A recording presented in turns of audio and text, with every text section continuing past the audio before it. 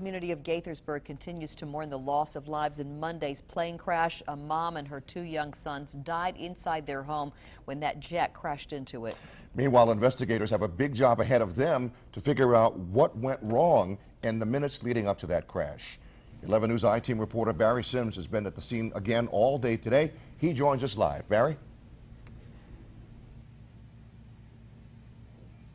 The NTSB has released some preliminary information. It comes from the cockpit voice recorder and the flight data recorder. The NTSB says there was an automated call out of 500 feet 32 seconds before the crash. Also an automated stall warning 20 seconds before the crash.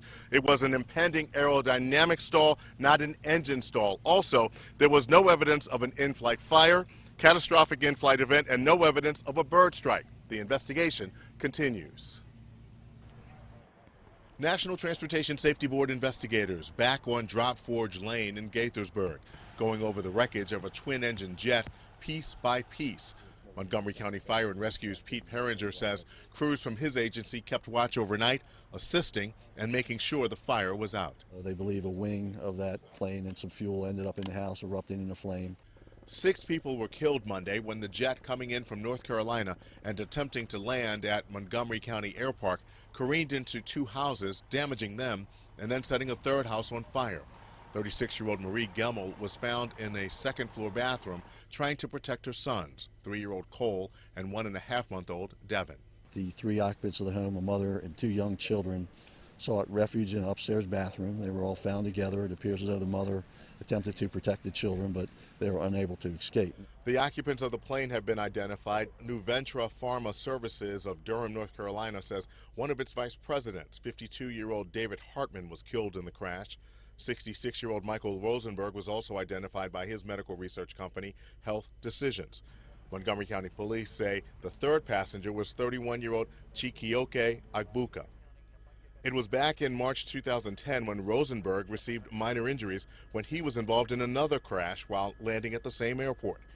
Part of the investigation into Monday's accident will include how air traffic controllers handled the landing and what other pilots saw.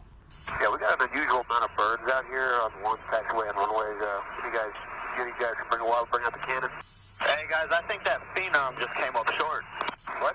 We got a Phenom crash at the end of the runway. Call emergency services. Neighbors say they have even more concerns about being so close to the airport. Yeah, we've wondered about it for a while, especially the Lear jets that fly in and out of here. I mean, it's supposedly one of the busiest airports flight-wise in the region. And seeing the devastation after Monday's crash, it's still kind of surreal. It's almost like you're looking at a movie set or something. It's just, how can that be happening? So it's horrible. It's just horrible. I mean, and I last night kept thinking about the poor woman and her children. I mean, and the child that's left and her husband. I mean, I can't imagine what's going through their head.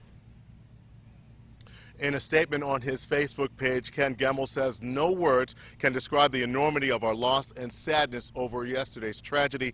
He wrote about the loss of his sons, and also he called his wife Marie the love of his life and college sweetheart.